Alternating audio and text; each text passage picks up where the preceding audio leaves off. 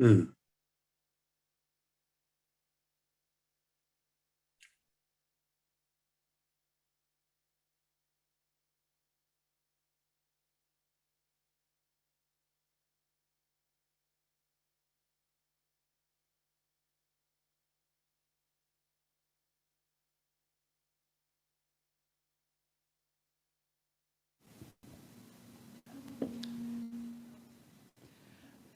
Suquamish, Stillaguamish, and Muckleshoot tribes. We acknowledge and pay respect to the first peoples who gathered here, to elders past and present, and to all Indigenous people. I chose today's walk-up song, Warriors, from Washington native Alan Stone, in honor of our Seattle Mariners. We booked Alan Stone in 2018 for the opening ceremony of the Special Olympics USA Games. It was the perfect song to exemplify the athletes' determination and pure love and joy for the game. Our Mariners have demonstrated the same mindset as they stormed through the wild card playoffs to win the series. Now they're up against the Houston Astros and need to win the next 2 games to advance. Next 3 games, excuse me. They next play on Thursday, and if they win, they will play at home on Saturday. Actually, either way, they'll play at home on Saturday. Sorry about that.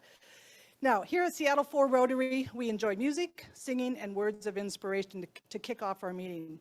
Leading our music today is Linda Ruff and Jevin Powell. Following the music, I invite Nick Anderson to share our inspiration for the day.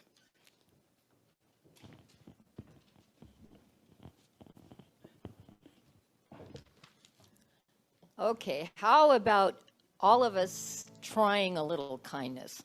So let's sing Glenn Campbell's hit.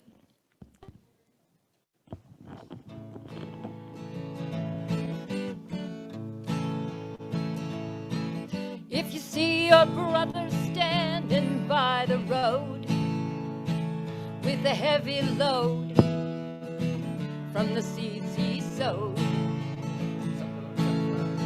hold on, I don't hear our crowd. Are the words up there? Their words are there in the key of A. We put it there so that everybody could join us. Start again, Jevin. Let's give him another chance. Okay.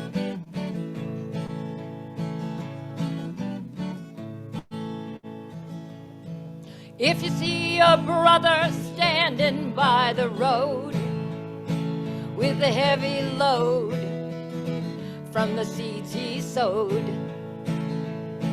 and if you see your sister falling by the way, just stop and say, you're going the wrong way. You've got to try a little kindness, show a little kindness, just shine your light for everyone to see. And if you try a little kindness, then you'll overlook the blindness of narrow-minded people on narrow-minded streets.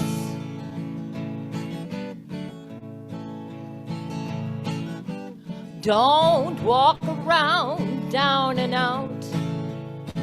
Lend a helping hand instead of doubt. And if the kindness that you show every day will help someone along their way, you've got to try a little kindness. Yes, show a little kindness. Shine your light for everyone to see. And if you try a little kindness, then you'll overlook the blindness of narrow-minded people on the narrow-minded streets. Of narrow-minded people who don't know Rotary.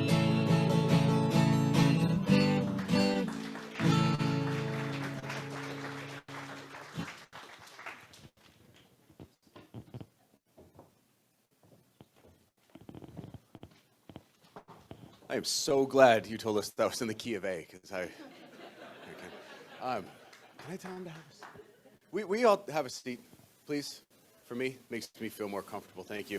So I can't say another word without acknowledging that my parents are here. So shout out to Mom and Dad. So much of everything in my life is thanks to you. I love you.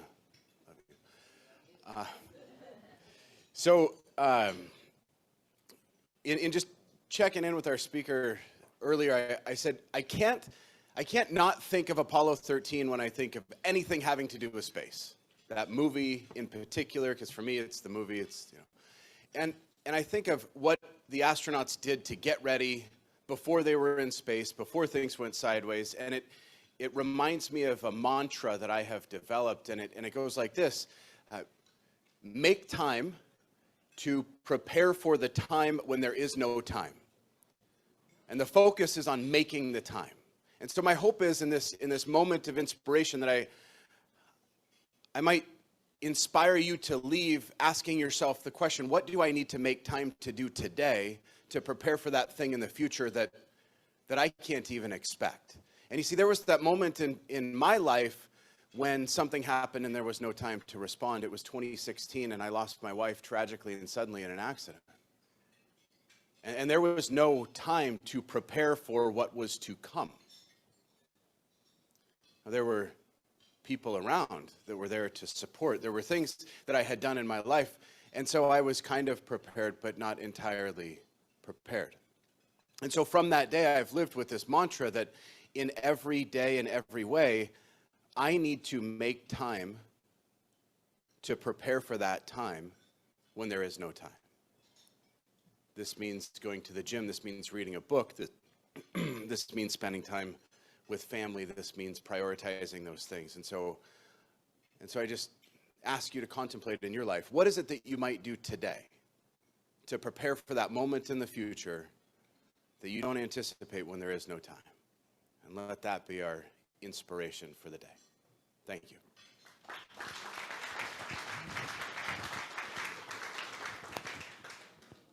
Thank you, Nick, and thank you, Linda and Jevin, for setting the stage for our meeting today. Our greeters today are Ken Colling, John Hojaboom, and Gina Hall. Thank you also to Eric Corning for serving as our Zoom meeting host, and to our meeting reporter for the day, Pete Delaunay.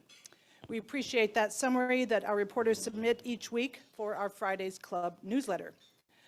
And we have several guests who have joined us today.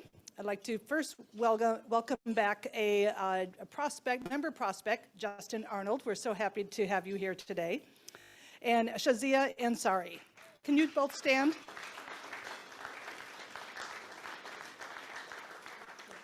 Welcome, Shazia and Justin. I'd like to also welcome Jim and Wanda Christiansen, guests of Nick Anderson, his parents, and Cal Mann, Rotary Club of Silicon Valley. Cal, welcome.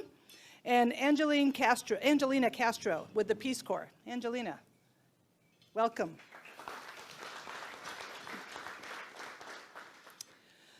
All right, last Friday, I joined a number of Seattle 4 Rotarians as the Rotary District 5030 Foundation Gala took place.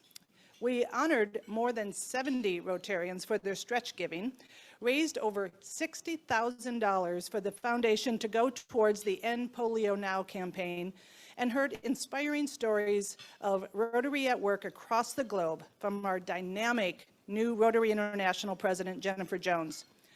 Now, Jennifer also made one other big announcement.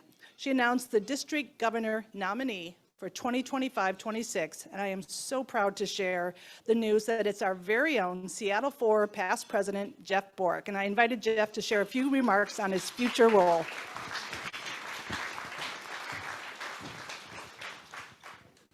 Thank you, Beth. And wow, this is a tough slot to fill between Nick's excellent introduction and now we've got Dave. I'm the warm-up act for Dave today, but all kidding aside, I just wanted to take a moment and remind us all to think about your why. Why did I put my hat in the ring to serve at the district level? Well, it really goes back for me all the way back to 1987. Some of you know this, but I don't think many. But I was actually nominated by this club back in the spring of '87 to represent Seattle 4 is part of a district group study exchange to the Midlands of England. And I knew nothing about Rotary at the time. I had no family, friends, or connections. And this club and the district sent me halfway around the world to experience the Midlands of England and do a cultural exchange as one of 5 young professionals at that time. And it was such a transformational, horizon broadened experience for me that I made a vow to myself, if I ever had the chance to give back to Rotary, I could certainly do that. And it was in the year 2000 that an email went around the IBM employees in the Pacific Northwest. There's still about 1,000 plus IBMers in the Northwest. And at that time, the announcement said, hey, Joe's leaving IBM and he's our rep on the Rotary. We need someone to backfill. And that was my opportunity to pay back. And so when I was asked a month ago to consider serving at the district level, I wanted to, again, take the opportunity to pay back Rotary for all it's done for me. And I just want to again close by asking you to think about your own why you participate in Rotary, and think about sharing that with other people you know who aren't active or aware of what the opportunity Rotary is. So with that, I've got a long runway before I actually am your district governor, so I've got a lot of work to do, but I look forward to collaborating with all of you and enjoying your support. Thank you all. Jeff, before you leave, I want to share something with you, if I can find it here.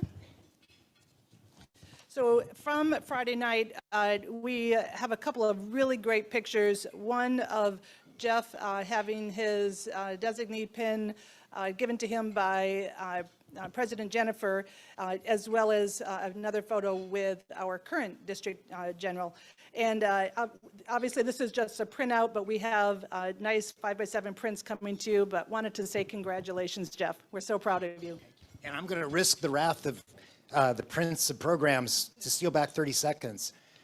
What else is cool about this is that in '87, the big bad news at the time was that I was coached to beware. Everyone was going to be mad because the Seattle area was allowing females to join as a full-fledged equal member of the club. And that was something that was just mind-bending to the folks in the Midlands at the time. So to have Jennifer be there to pin me was bringing this all the way around. Thanks again. Congratulations, Jeff. Now, when President Jennifer was sharing stories of her travels throughout the world and the number of ways that Rotary is improving the quality of life and saving lives, I kept thinking about how Seattle 4 is contributing to that global impact, as well as right here in our own community through your annual donations.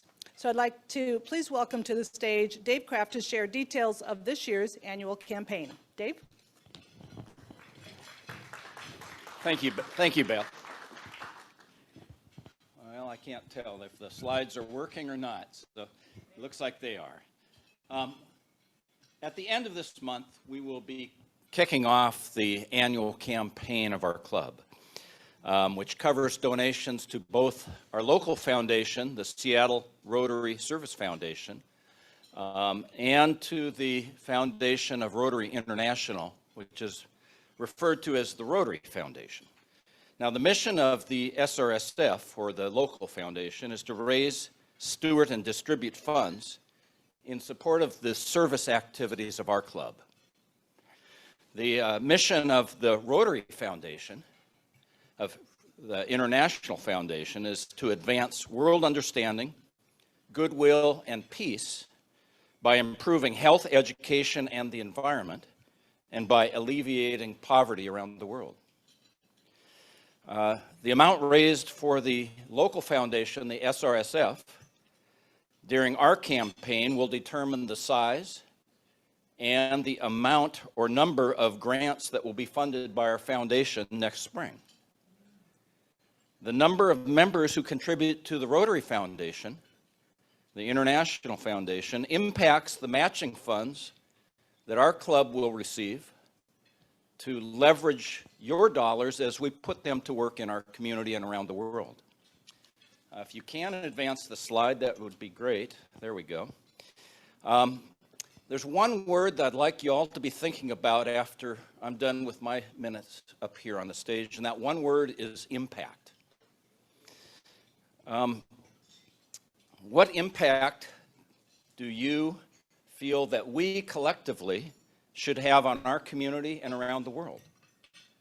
Put yourself in that position of saying, what should we be doing to carry on the work of Rotarians in the past and the Rotarians in the future who will come after us?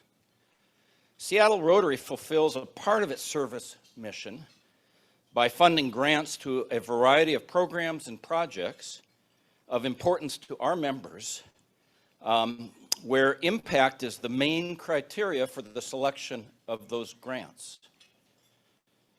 Impact, if you can see the slide, it looks like it's, okay, is evaluated based on the sustainability of the money that we spend, the impact to the beneficiaries received, the partnership funding leverage, the impact that Rotary has on the program that we spend the money on, and the impact of Rotarian involvement.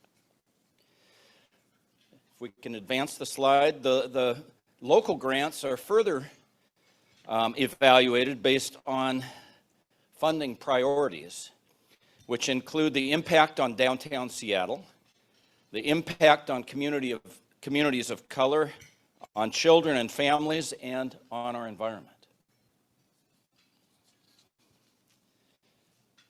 Now, our annual report details how our money has been spent this last year, which is summarized by the committees shown on the screen. You can see we have spread money around to the service committees of our club based on the projects that those committees select based on their impact in our community and around the world. Now, that annual report is available on our website, and I would urge each of you to look to the Service Foundation page and read through that report. Later this month, next slide, when the annual campaign is kicked off, that will start another grant cycle. This slide depicts what that cycle includes. It starts with your generosity to the campaign that determines what our foundation will have available to allocate to the projects that come from our service committees. So you, the members of the club, determine what we will fund and how it's allocated. Next spring, the SRSF trustees will determine the allocation of those available funds. And then the cycle will end with another annual report providing accountability on the impact of your dollars to our campaign. The final slide. You as a member can go to the Rotary website and make a donation at any time to provide your tax-deductible support to our campaign. But during our campaign, when it does kick off the end of this month, you'll be asked to make two contributions. The first is to our Seattle Rotary Service Foundation at one of the levels shown on the screen that recognizes the big donors, and also it encourages every member to make their contribution. The second contribution is to the Rotary Foundation, where $100 is the suggested amount. However, as I mentioned earlier, any amount given is counted towards the member participation that is evaluated to determine our matching funds from Rotary International. So I'd like to conclude by asking you to think about the impact that you want our club to have, both here and around the world, and consider our upcoming campaign as an important way for you to honor Beth's call to action. So please step up and make your impact on our club and its service. Thank you. Thank you, Dave. And I think it's important to just remind all of ourselves that making these contributions to both the Rotary Foundation as well as our local Service Foundation, that is an expectation of all members of Seattle 4. It is how we make a difference in the community. It goes beyond just coming to the meetings or logging in on Zoom. And it's an important role that Rotary has in making an impact on our community and our world. So now we're going to move on to our main program, after which we will have time for Q&A, and I'm betting that there will be some questions after this one. Here at the Rainier Club, we will have a roving microphone handler, Lillian Sherman, and she will spot questions while our Principal of Programs, Ken Grant, will monitor the Zoom chat for questions. But before he takes questions, Prince Ken is going to introduce our speaker today. Thank you, thank you. I don't think that's loud enough. Hello. So I'm thinking, I had a whole opening. I'm watching all this flickering and the thing doesn't work and everybody's stressed out, and I was thinking, no, I'm learning right now, real time, how everything is relative. How our next speaker today, I'm thinking like he wouldn't phase for 1 second in comparison to what he does when our screens don't work and he works in the satellite business. So ever since I was a little kid, maybe you too, I always looked to the stars. Anybody says, where do you want to go in the world? I always wanted to go to outer space, and I still will. Let's be serious, I'm not that old.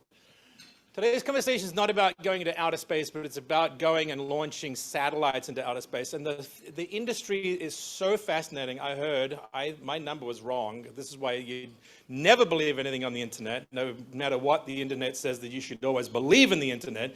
There's almost 10,000 satellites flying around our orbit at around 90 minutes per orbit. And today's conversation with my good friend, Curt Blake, is going to be all about that industry. So let's give it up.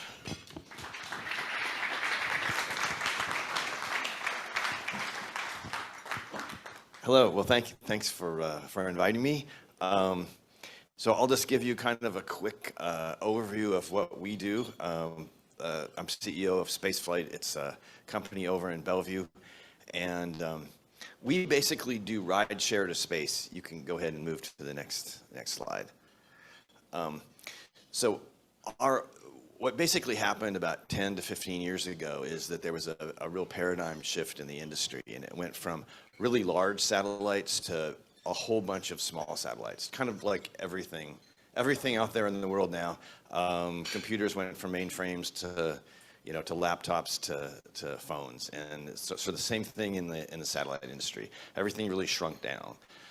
The problem was that the current paradigm was that there would be one launch per satellite, and that's because satellites back in the day were about the size of a bus, and they'd cost like $150 million to build, another $100 million to launch. So it's huge investment, big telecom satellites.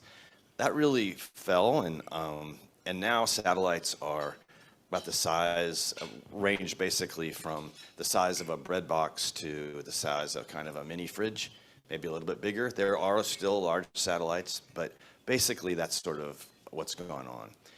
So the problem was that even though satellites had shrunk markedly, there was still this, satellite makers, primary satellite makers were really reticent to allow more than one satellite on a launch vehicle. That's because if you have more than one satellite on a vehicle, there's always the chance they might crash together. Something might go wrong within the smaller satellite, and that would cause a problem.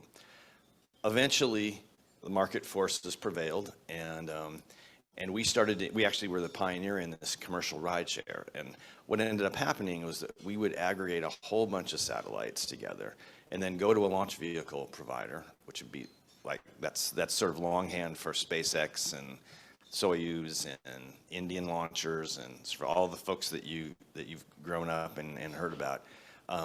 So what would happen is that we prevailed upon them to let us package these folks up. We'll provide you a bunch more money than you would otherwise get on your launch, and we'll get these small satellites launched at a more affordable price. So that's our mantra, which is on and off. I can't read it fast enough. Get your satellite into space. Anyway, next slide, please. So this is actually a video, and this sort of talks about what we do. But till the video comes on, what we do is assemble what started out with putting a couple small satellites onto a launch vehicle along with the primary, ended up turning into us buying an entire launch vehicle like a Falcon 9, putting 64 satellites on, which was the record at that point when we did that, and then launching those to space. And we've done that over and over. We've gotten, I think, 500 satellites, so out of the 10,000, 500 are from us, and and over 50 missions. If you can hit that one more time, okay, we'll see that video hopefully.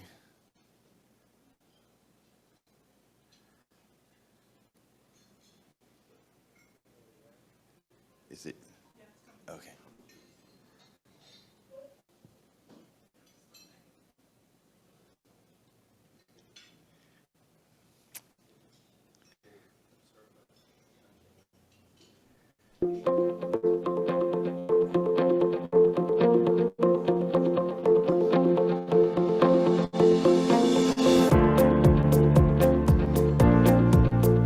Those are patches from all of our launches we've done, or a number of them. We launch on a whole bunch of different launch vehicles: Soyuz, SpaceX, Rocket Lab from New Zealand, the Indian launch vehicles.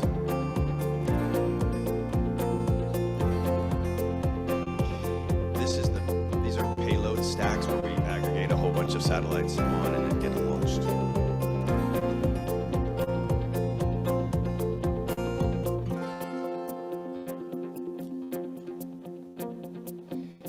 This shows you how you can select a launch online.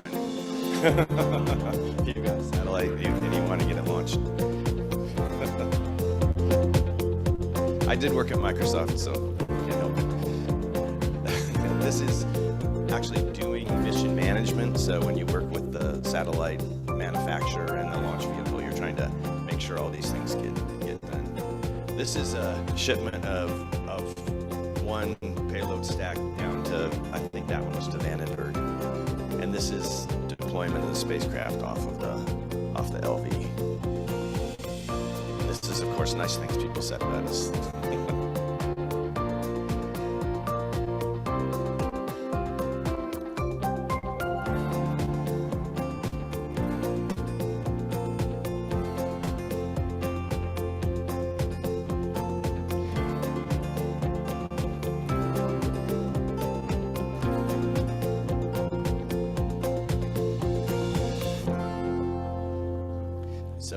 So anyway, like I said, we've done like 500 satellites, and that's rideshare. So this slide shows you the 10 years. We've done 500 satellites, and SSOA was our big mission. We did I don't know if you remember the mission, the lunar lander that failed and crashed into the moon, the Israeli one. We launched that. We were successful getting it to the moon, but it was on them to get it landed. So almost. And then we've got a mission upcoming next year where we're launching on another translunar injection, but doing something sort of novel and taking a couple geo telecommunication satellites and looping around the moon and then bringing them back to Earth in a way that avoids the Van Allen radiation belts. And that makes for a longer life for the satellite. And anyway, so next slide, please. This is sort of a slide that just shows you a number of the different vehicles that we use. So Astra there in the middle, the Indian launch, I think second from the left. SpaceX, of course, we've done a number of SpaceX missions. Rocket Lab, Vega, the Anaspas Vega from Finch Guiana, and Antares and Rocket Lab out of Wallops. So next slide, please.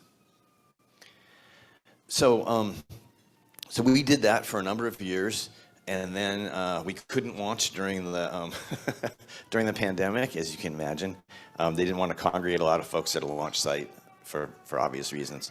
So we started to, where we had actually done some development of an orbital transfer vehicle. An orbital transfer vehicle is basically when you launch on a big launcher, you end up in orbit and everybody gets deployed at that point. Well, rideshare is by its essence basically a compromise. You're going to an orbit that might not be perfect for you, but it's really cheap because you're basically riding a bus. You're all going up there together.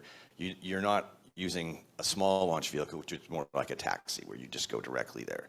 So we tried to wed those two concepts, having an orbital transfer vehicle. So you would go to the spot where everyone deploys you, or where the launch vehicle deploys you, and then we move you in orbit around to the spot where you actually wanted to go. So ours is called the Sherpa. We have 3 of them on orbit right now, up in the sky, and that's our Sherpa. You can see the picture there. So it actually does a couple things. So the first iteration is just to get up there and deploy customer satellites. So that's called last mile delivery, getting you to exactly where you want to go. The second thing is we can host payloads on there. And what that does is make it so you don't actually have to build your own satellite. You can just put whatever is called a payload, whatever the scientific instrument or the communication apparatus or the Earth observation apparatus is, you can put that on our Sherpa and you can utilize that in orbit.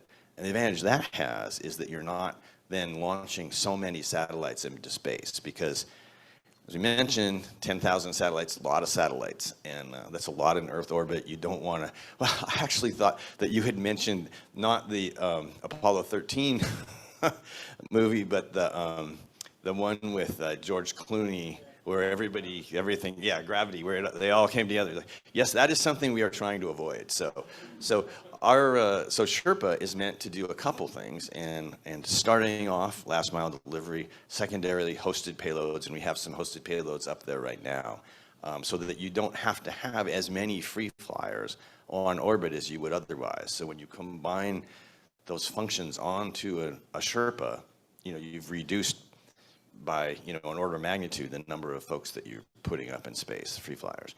And then finally, we're working with partners to perfect sort of rendezvous and docking, space situational awareness, which is the idea of putting cameras on these. And I think, well, I'll show you another one where there's a camera on it. But you can go through and see out in space what different satellites are doing up there. So if there's bad guys, you can kind of see what they're up to. But also, if the satellite's broken, you can take a look at it and get an idea if that's the case. And then if it is, you can actually kind of glom onto it and then bring it down when you're coming down. And that actually works hand in hand with some FCC rules that just came out a couple weeks ago, because up until now, amazingly, the orbital debris rules that the FCC enforced were that you could launch a satellite and as long as it would be down through the atmosphere within 25 years of the end of its primary mission, which is 25 years is a long time for stuff to be floating around doing nothing. And they shortened it a couple weeks ago to, this is sort of a little bit legal, but to 5 years. So everything has to be down 5 years after the primary mission is complete. Now, those aren't hard and fast rules yet. They're suggested rules, so well, hopefully they stick. And what that is sort of a boon to our business, because again, we can host these payloads, and if they don't have propulsion, if they couldn't otherwise get down within the orbital debris timeline, they could now, because they could go on a Sherpa. So that's I think that's that. Let's see at the next slide. I think I've got one more video here to show you.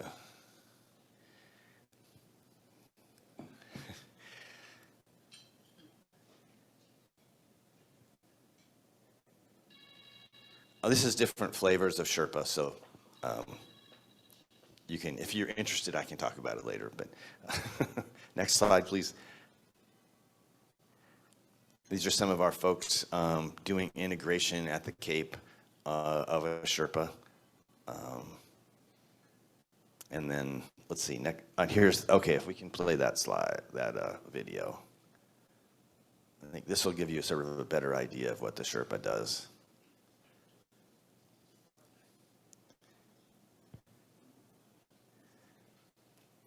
So back to the flavors of Sherpa. So we started out with an FX, which is really just a free flyer that would move off the launch vehicle. SpaceX actually required us to do this, that we would leave the launch vehicle for their insurance reasons and would be off and able to deploy satellites from there. In the end, we only did that sort of as a transition point. Then we moved to Attitude Control Sherpa, and that's AC1. That's really can host hosted payloads, but it also has control, so it's way less likely to run into something. And then what we have up now is we have an electric propulsion satellite, which is ion propulsion. It's electric propulsion on a Sherpa, so it can move around. It takes a while to get there, to get somewhere, but it's very economical to do. And then we also have a chemical propulsion Sherpa up that we launched about a month ago, and it's moving up. So here we go. Good timing.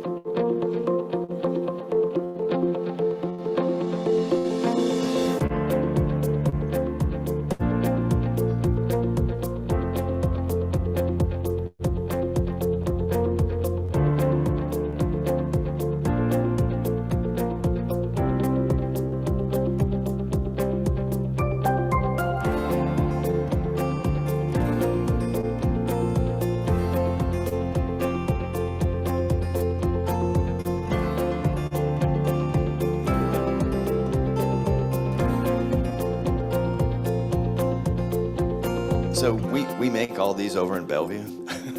That's we have a new facility over there. We were split with sort of the administrative headquarters in West Seattle, or not West Seattle, but Westlake, and then the rest of the integration facility down in Auburn, and that led to the things that those sorts of splits always leads to. So we reunited everybody in Bellevue, and that's working out super well.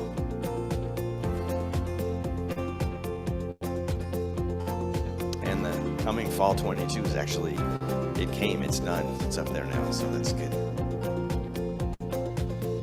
So we have, customers that range from the Defense Department to NASA, lots of commercial operators, foreign governments, and the like. So, any questions?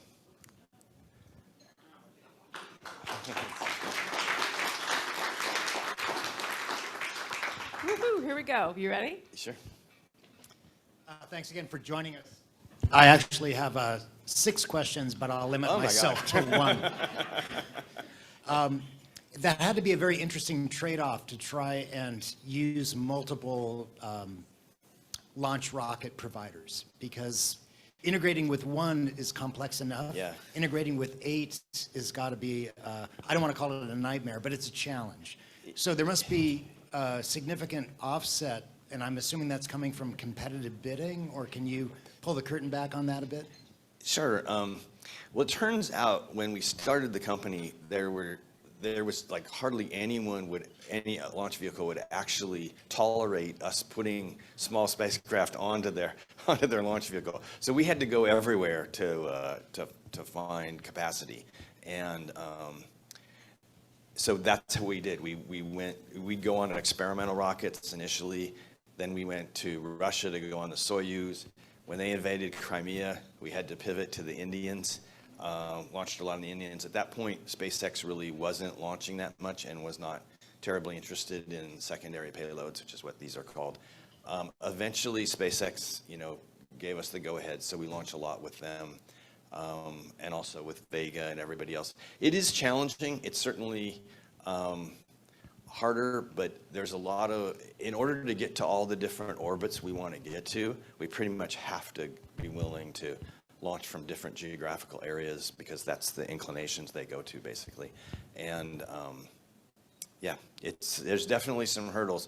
I always tell our guys when they get frustrated and they're coming back from somewhere that no one else is willing to do this, so it's a barrier. Can you tell us how long it takes? It goes up, it does its thing, it comes back down. How long of time span is that?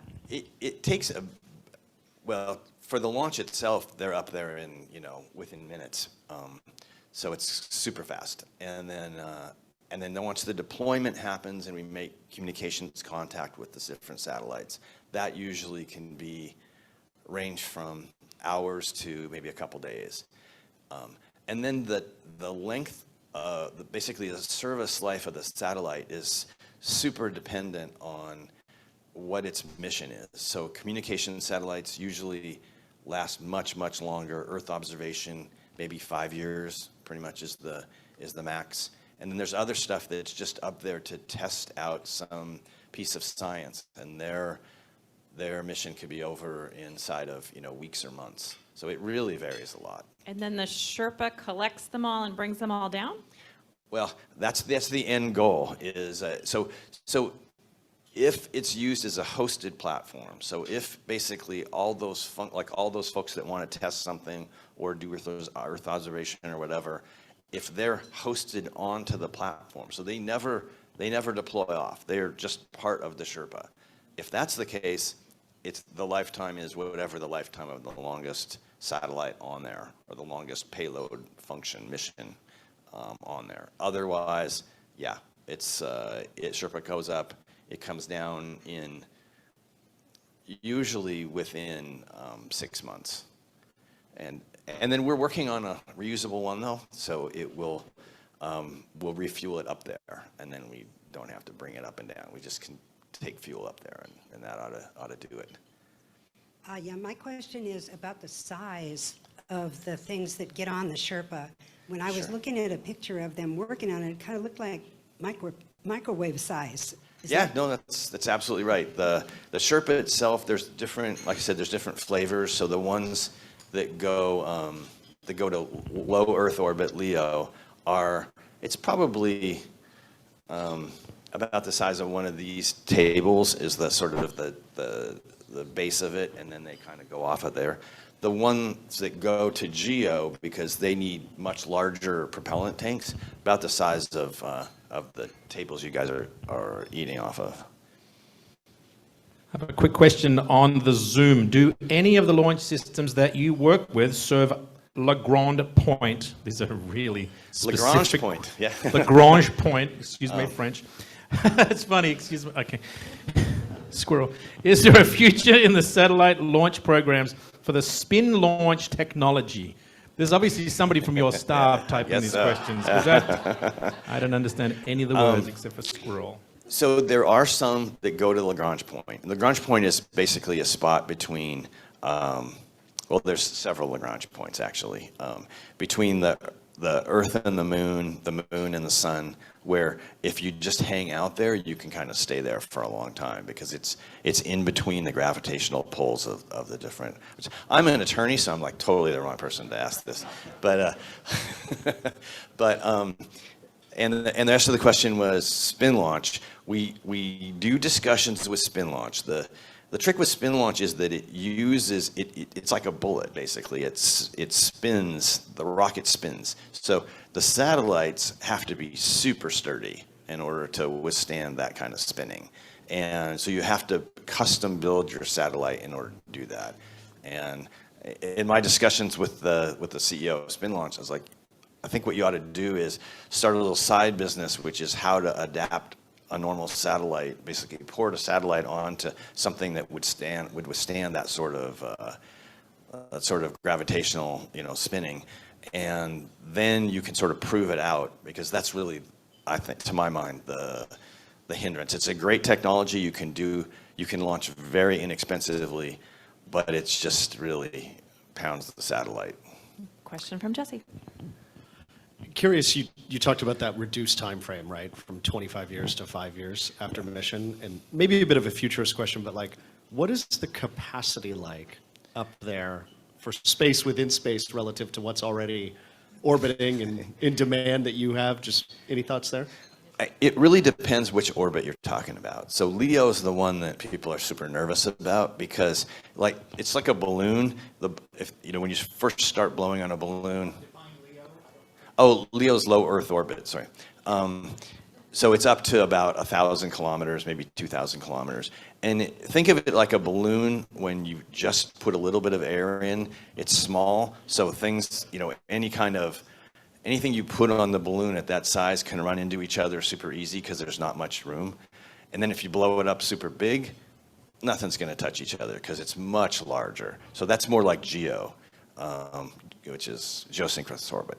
Anyway, so it really depends on which orbit you're talking about. LEO is the one where people are super worried about, and that's because if there's a bunch of objects out there, But if some get into collide with each other, that's when things go bad, like the movie, right? And then you've got just all kinds of orbital debris around. And then you might not be able to launch off the planet anymore. So that's the scary thing, is then there's no more communication satellites or Earth observation satellites. All that stuff is a thing of the past, and that'd be a really bad day. So anyway, yeah. Okay. Hello, hello. Is it working? Okay. I happen to work for bureaucracy, and I wonder, when you had your little drop-down menu, $10,000, what is the paperwork behind, like, trying to just any kind of satellite, whatever its purpose is, or is there a whole rule? Oh, no, system? there's... I just wondered. No, there's a lot of regulations over, fewer than you would think, though, over what you can put into space. So you, generally, if you want to communicate with your satellite, and you're launching from the US at least, you have to get a license from the FCC. And they enforce a whole bunch of subsidiary laws that are meant to protect us, like the orbital debris law, the ODAR. And they enforce a whole bunch of other laws, such as, or regulations, which is, that you can't have spectrum contention. So if you're using a part of the spectrum that, say, cell phones are using, that's a no-no, right? Because then you couldn't get the signal across. So they do that. And then NOAA regulates what you can take pictures of back on Earth. So there's a bunch of regulations. There's certain things that you can't get, high-resolution pictures of, for instance. So there's a whole bunch of regulations. There's also regulations in terms of which country's satellites you can launch, and which satellites where you can go to get your satellite launch. So there's the ITAR regulations, which are, I've done this so long I can't remember whatever. Anyway, they're basically regulations to protect the U.S. industries and also security interests, so that you can't launch a Chinese satellite and you can't launch an Iranian satellite, and all the usual suspects. That's called satellite shaming. North Korea. And your bureaucracy looks really different. A few of us have the same question, interestingly enough. How are you involved, or are you involved with the Space Force? The government's fifth arm. We do launch stuff for the Space Force. I always think of that TV show now. I can't help it. I just... Yeah, so we do launch stuff for the Space Force, yes.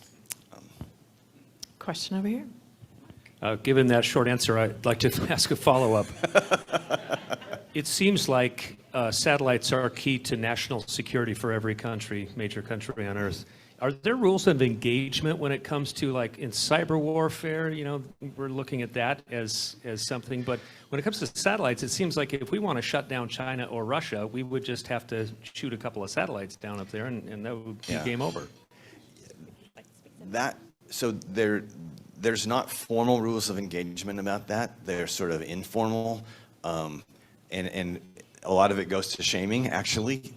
So if you take out a foreign satellite, you're de facto creating all kinds of orbital debris. So you're making a mess up there, and you're doing it on purpose. So that's something that a few nations have done. We did it way back in the day, but we don't do it anymore.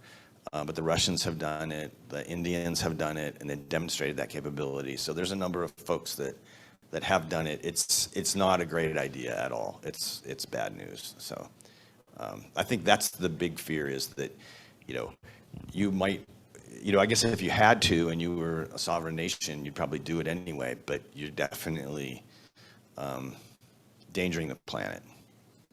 We've got time for two super fast questions. I'm curious, and you talked about the Israelis. What kind of insurance do you have to have? It can't be normal household insurance. Yeah, I know it's not. We have all kinds of different insurance.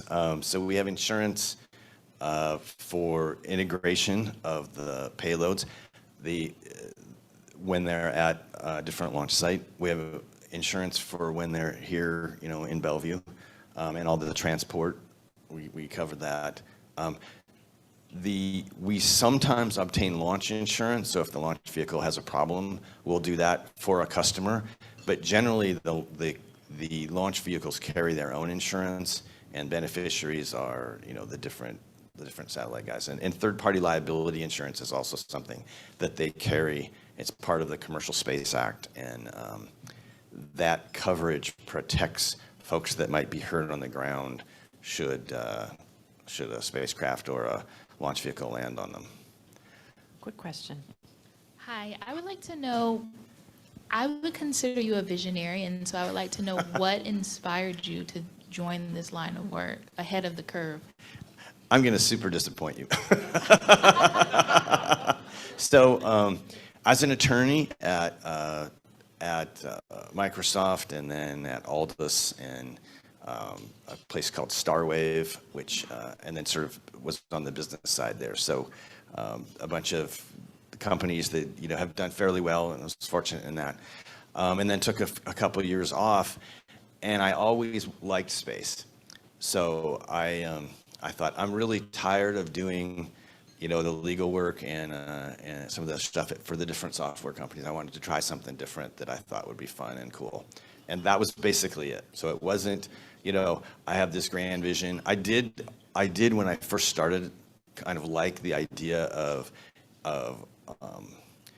servicing satellites. I thought that was a great economic plan as well as sort of an environmental plan, because you put super large satellites in space and they're worth $100 million, and just to go, well, something went wrong on this, I guess we're done, seems like such a waste, and such an opportunity that if you could fix it, you could make a lot of money and people would be pretty happy about it. So that was, that's sort of it.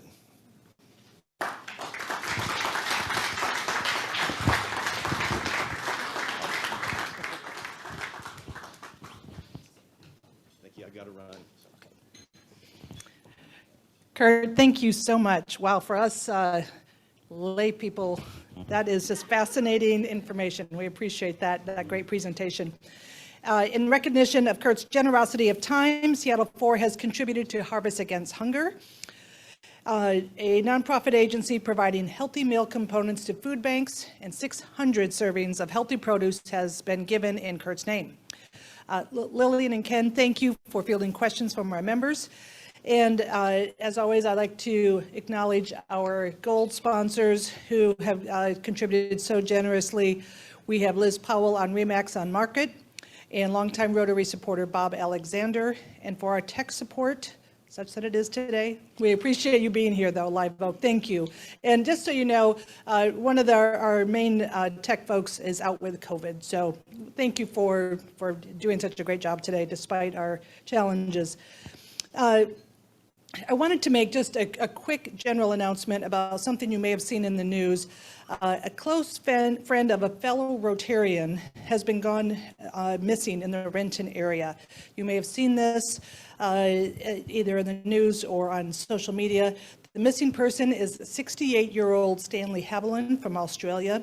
And, just sharing that in this group is not going to make an impact, but if you can look on our Rotary Facebook page and maybe share that in your network, that's how we can have a much bigger impact and hopefully find him safely.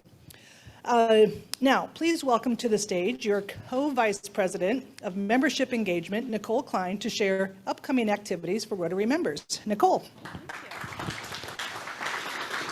Okay, super quick. One is tomorrow with Asunta, who couldn't be here today. She only has 10 people signed up for the International District Tour, and last time she had 30, so it's free until you stay for dinner, and that's only $30, and that's at 4:45 tomorrow at the Seattle Best Tea. The second one is World Polio Day, and it's a little farther out next week, Thursday, October 20th, and it's at the Gates Foundation, and there's a free reception, and there's a way to register online that we're going to send you afterwards, and it'll be on the Rotary calendar. And I think Mark Wright is I think you. Oh, he handed it off, but he was almost going to be moderating. And the third one is our club member, Eric Christensen, who I don't think is here. and Native Bridge are putting together a tour of the Elwha River in Port Angeles. Again, another free event, and you get banana bread and warm coffee at the beginning, and then you pack your own lunch. And there's a very limited registration, so if you want to sign up, Rotarians get to till the end of the day, this week.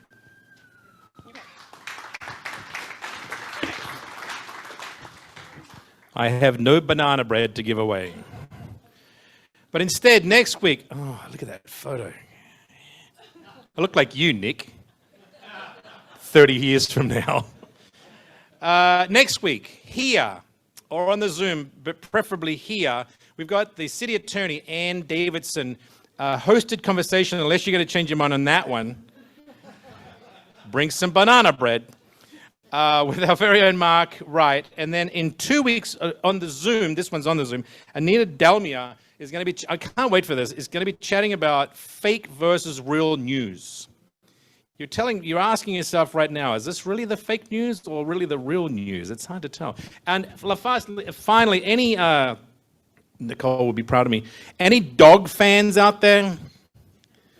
Wow. 4. What is this, Coug Nation? Okay, for those 4 of you then, in 2 weeks also, Mike Gastineau. Do you all know Mike Gastineau, the gas man from the radio? One of Beth's favorite people. He will be here in person talking about the very best year the dogs ever had. Unless this year ends up being the best. But Gastineau will be here with all his energy, all his great stories. Be here for that because it will be crazy time. Goodbye. Thank you, Ken. Now, thank you, Ken. I appreciate that. And I have to say, Mike Gastineau is very entertaining. Always a fun one to hear from. Now, for those of you who don't know me, my day job puts me in the center of Seattle sports. It's hard not to feel the fever pitch in Seattle sports right now. Our Mariners, as you know, are in their first Division Series appearance in 21 years. And they play tomorrow, as I said, in Houston, and then again in T-Mobile Park on Saturday morning. Now, Saturday is going to be an interesting day. The M's game, which is in the morning, is followed by University of Washington football game and homecoming at Husky Stadium, which is then followed by the home opener of the Seattle Kraken at Climate Pledge Arena. That's one heck of a trifecta, my friends, and I know personally I'm just happy that WashDOT came to their senses and will not be doing construction on the same day as 3 Seattle home games. Here, here. And then just a reminder is I'm going to keep beating this drum. On October 23rd, the OL Reign, our women's professional soccer team, will be playing in the playoffs at Lumen Field, and we have a goal of getting 20,000 fans there. So I am asking you, this is a great opportunity. Take your friends and family. Tickets are really affordable, and it's such an entertaining event and a great way to support our women's professional franchise. And now, I'll just end with this. In the words of the great Ken Griffey Jr., he said, "You lose, you smile, and you come back the next day. You win, you smile, and come back the next day." See you next week right here at the Rainier Club. Meeting adjourned.